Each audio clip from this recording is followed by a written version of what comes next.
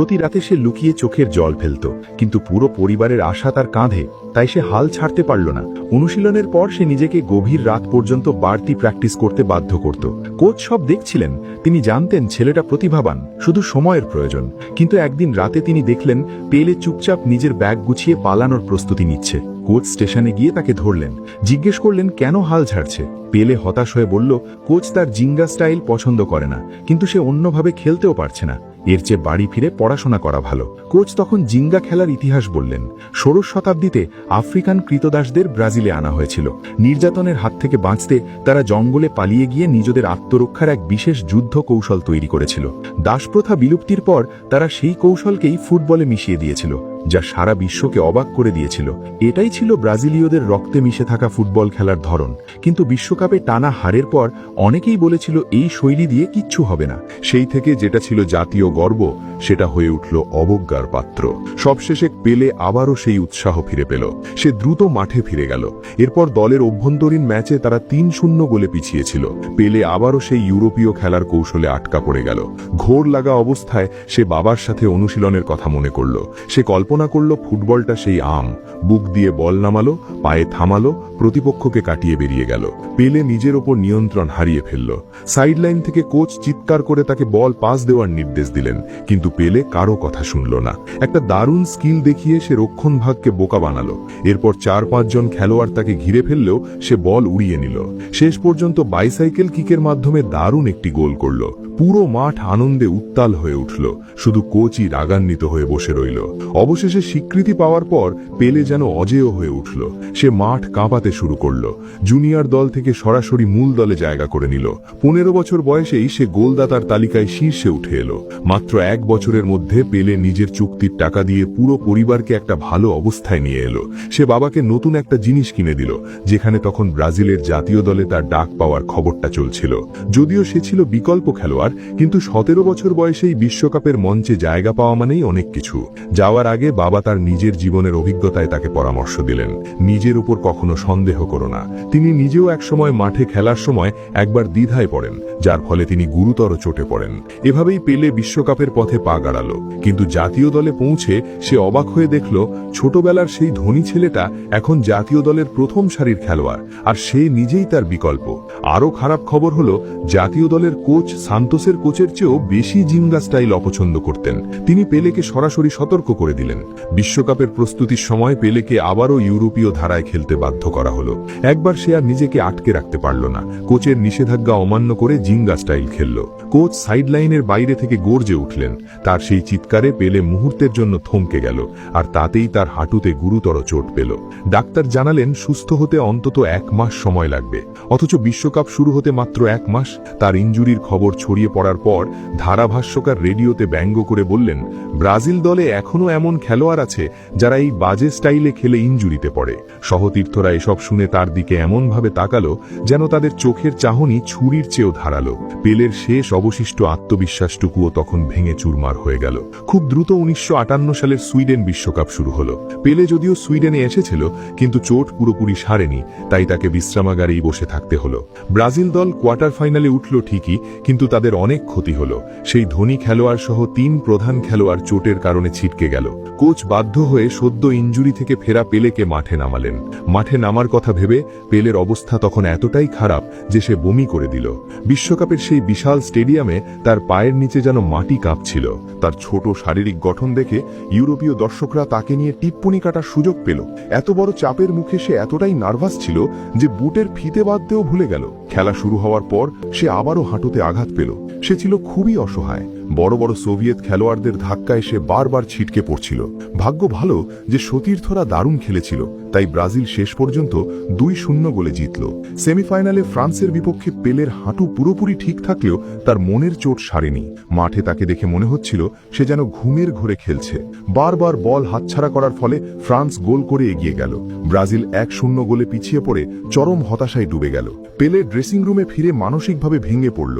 সে সেই ধনী খেলোয়াড়টিকে খুঁজে বের করে জিজ্ঞেস করল, তোমার পা কি ঠিক হয়েছে? যদি ঠিক হয়ে থাকে তবে তুমি মাঠে নামো। এই কথাটা পেলের ভুল ভেঙে দিল।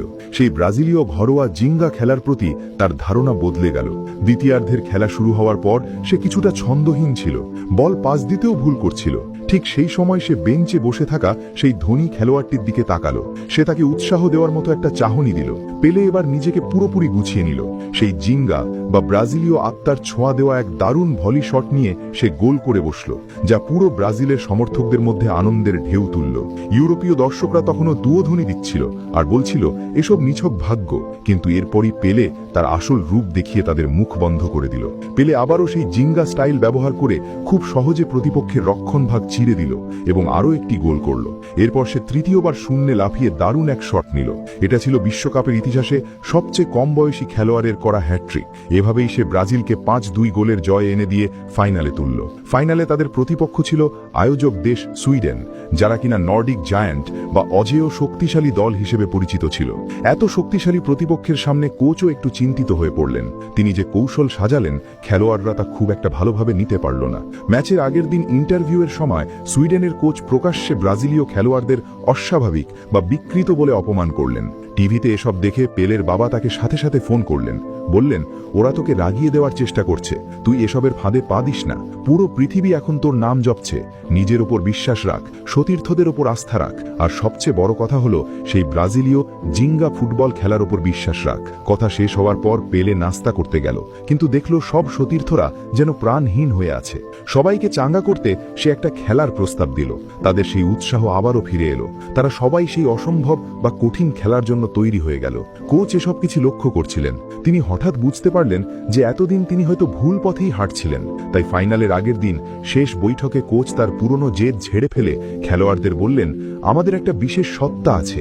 আমাদের এই আনন্দ আর প্রকাশের ভঙ্গিটা এসেছে ব্রাজিল থেকে। তাই আগামীকাল যখন তোমরা মাঠে নামবে, গত সপ্তাহে আমি যা যা বলেছি তা ভুলে যাও। আমি চাই না পৃথিবী কোনো ভীতু ব্রাজিলীয় দলকে দেখুক যারা সোভিয়েত দলের মতো যান্ত্রিক ফুটবল খেলে। আমি চাই তারা যেন আমাদের ব্রাজিলীয় ফুটবলকে চেনে যেমনটা আমরা আসলে। 1958 সালের 29 জুন বিশ্বকাপ ফাইনাল শুরু হলো। খেলা শুরু হতেই সুইডিশ ডিফেন্ডাররা পেলেকে বারবার ফাউল করে মাটিতে ফেলে দিচ্ছিল। সে কোনোভাবেই সামনের দিকে এগোতে পারছিল না। চতুর্থ মিনিটে সুইডেন তাদের শারীরিক শক্তির জোর খাটিয়ে ব্রাজিলের জালে গোল দিয়ে দিল। ব্রাজিলের সমর্থকদের হৃদয়ে তখন শঙ্কা। মাঠে পরিবেশটা একদম ঝিমিলে পড়েছে। কৌশলে পিছিয়ে পড়া খেলোয়াড়রা যখন ভেঙে পড়ছিল, গ্যালারিতে বসে থাকা সেই ধৈর্যশীল ব্রাজিলীয় ভক্তরা কিন্তু তবুও আশা ছাড়েনি। হঠাৎ পেলের মনে পড়ল ছোটবেলায় বাবার কাছে করা সেই প্রতিজ্ঞার কথা। সে আর বাবাকে কাঁদতে দিতে চায় না। সে আর চায় না ব্রাজিলীয় ফুটবল নিয়ে কেউ মস্করা করুক। সে দাঁতে দাঁত চেপে লড়তে শুরু করলো। এবার সে প্রতিজ্ঞা করল ব্রাজিলকে জেতানোর। গোল করে সে ব্যবধান সমান করল। পুরো দল নতুন করে জ্বলে উঠল। আবার খেলা শুরু হওয়ার পর এই সাম্বার ছেলেরা তাদের ভেতরে থাকা সেই ব্রাজিলীয় আত্মা পুরোপুরি মুক্ত করে দিল। তাদের সেই চমৎকার পাসিং আর জাদুকরি পায়ের কাজ দেখে সুইডেন তখন দিশেহারা। তাদের থেকেও অবাক করার মতো বিষয় ছিল পেলের সেই চমৎকার কারিকুরি। খেলার একদম শেষ মিনিটে সতীর্থের লম্বা পাসে পেলে এমন এক নিখুঁত হেড দিল যা সোজা গোল পোস্টে আঘাত করল। 1958 সালের বিশ্বকাপ ফাইনালে ব্রাজিল 5-2 গোলের ব্যবধানে শক্তিশালী জয় তুলে নিল।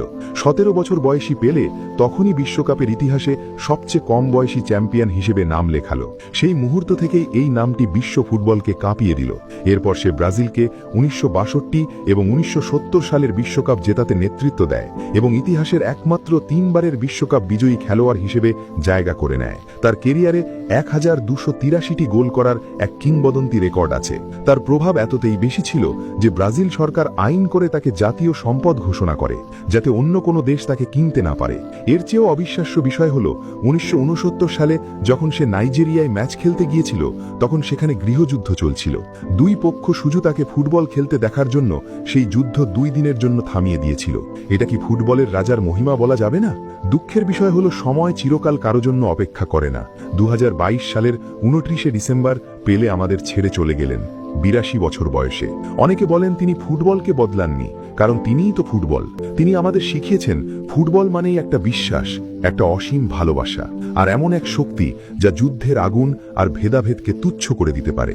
যদিও সেই ছোট ছেলেটা যে নাকি মোজার বল নিয়ে দৌড়াতো, সে আজ চিরতরে থেমে গেছে, কিন্তু সে যে আগুনের স্ফুলিঙ্গ জ্বালিয়ে দিয়ে গেছে তা প্রতিটি ফুটবল প্রেমীর হৃদয়ে চিরকাল জ্বলতে থাকবে।